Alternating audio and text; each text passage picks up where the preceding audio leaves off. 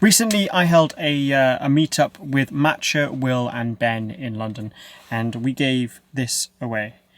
Sigma kindly donated a lens to give away, and the winner was this photo here. Now, if you want to be involved in giveaways that I do, I announce them mostly over on Instagram. So if you're not following me on Instagram, there's a link down below. Go and follow me there, because that's where I announce 80 to 90% of the giveaways. As a gear review person, I don't really do, as you know, I don't really do typical gear reviews. I assume I'm supposed to sit here and tell you all of the specifications and the greatness about a lens. Is it a good lens? Yes. Tick, done. Is it made of plastic? Not completely. No, there's some nice metal bits which gives it a nice weight. It's fairly nice to hold. I'm holding it. I am enjoying this moment. It's good. So I would say it's goodly and nicely proportionally balanced. It's good to throw too. That's always what you want from a nice lens. If you can throw it, you know it's a good lens. What else do you want to know? Is it sharp? Of course it is. It's f1.4. Is it Sigma? Yes, it's going to be sharp. What's the minimum focus distance? Pretty close. Sigma. Great for that. Are we going to go and take some photos with it? Yes. Is it in POV style? Yes. Are the photos good? Yes. Okay, so I thought, to make it nice and simple, I would take the 50mm into the back garden, which most of us have. We all kind of have some sort of access to a garden of some sorts, and if you don't, you can go to a park. And I just thought it was a good idea to show you that you can get creative and get some nice portrait shots just in a garden. Instead of going out to epic locations, I could just show you, well, some basic stuff here with the 50mm, because the idea is just showcasing the lens. So nice and simple, we could just get a shot of Roxanne with these green bushes in the background.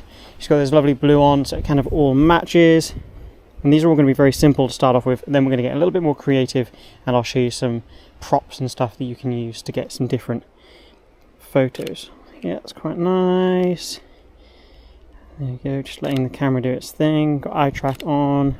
Go that side, but in the light about there. And if I crouch down, I think you're okay. That's just about me, really. I think go that way a bit. Yeah.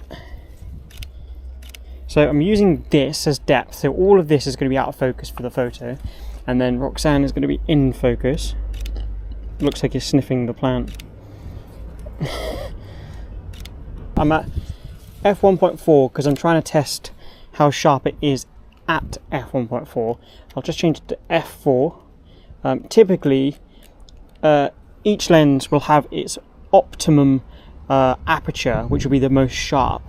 Typically, with lenses, is anything between f4 and f5.6 that I find is the sharpest. So we go f5.6, get a nice sharp image of Roxanne. I think if you just stand up and just go backwards into the light, we'll get one at 5.6 just as an example, just so we can see how sharp it really is.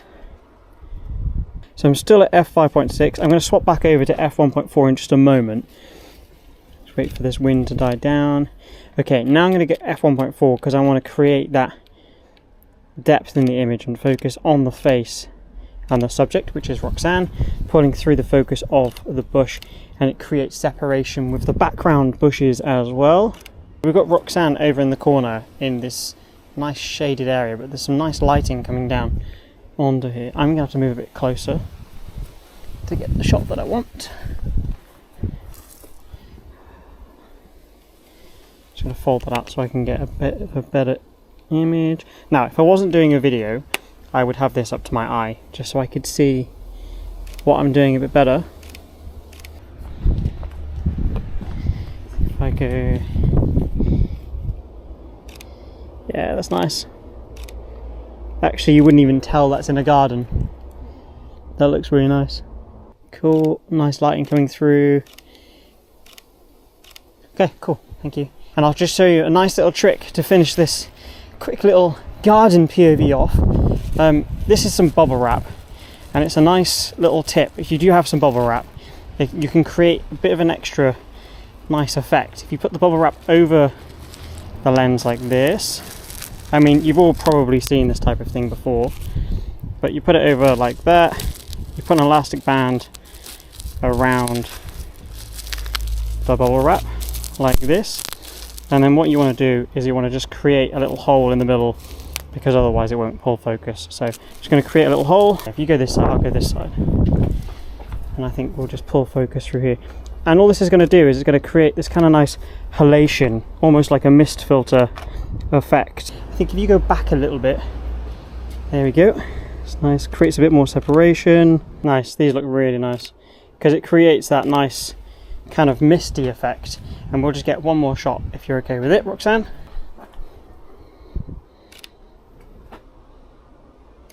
And I'm actually just going to jump up here quickly.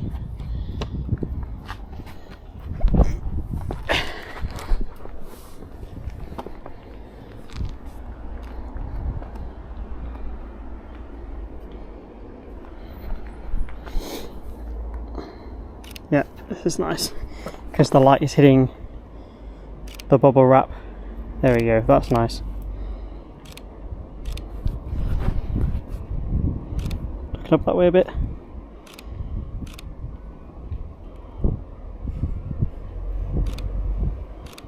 Okay.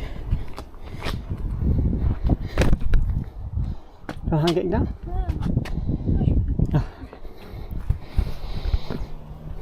Okay, so that's a nice little tip for you with some bubble wrap. If you do have any bubble wrap or anything like this, you can use cling film or even Vaseline. I wouldn't recommend using Vaseline because it's messy. Use cling film or bubble wrap and it gives you that nice halation slash misted effect. This is the 50mm f1.4 from Sigma. It's a good lens. After that conclusion of watching the video of me taking photos with this lens and the Sony a7R5, I can conclude. Good lens. Sigma, well done. Good lens. There we go. Gear review finished. I never really know what to expect whenever I go to a gear review. And whenever I'm looking for new things, I don't care too much about specifications and about quality, because these days, 2024, quality is always top notch. Whatever lens you're buying, especially if it's a brand new lens, it's going to be fantastic. And if it's not fantastic, then it's mostly down to the photographer and not the lens. So, do you want this in your bag? More to the point, should you have this in your bag? Yeah, I would go and buy it. I think I might even go and buy it myself. I'm currently using the Sigma 16-28 as well. Sigma do make good lenses, and they're not sponsoring this. They did obviously loan me this lens. But I might go and buy one because I like it and I want the 50mm in my bag. And you should probably have one too. I guess that's all you really need to know. If you do want to be involved in more giveaways in the future, then follow me over on Instagram and follow my broadcast channel because I do exclusive giveaways in there. I have a print store announcing and coming soon. There'll be a link below this video when it is eventually live. Well, I mean, my presets are down there if you want to go and buy the presets, and on there you'll see print. And on there is where the prints will be when they are live and ready to go. I think I'm going to carry on this no-nonsense gear review style because why not? Create more, stress less, hope you're having fun. Good lens.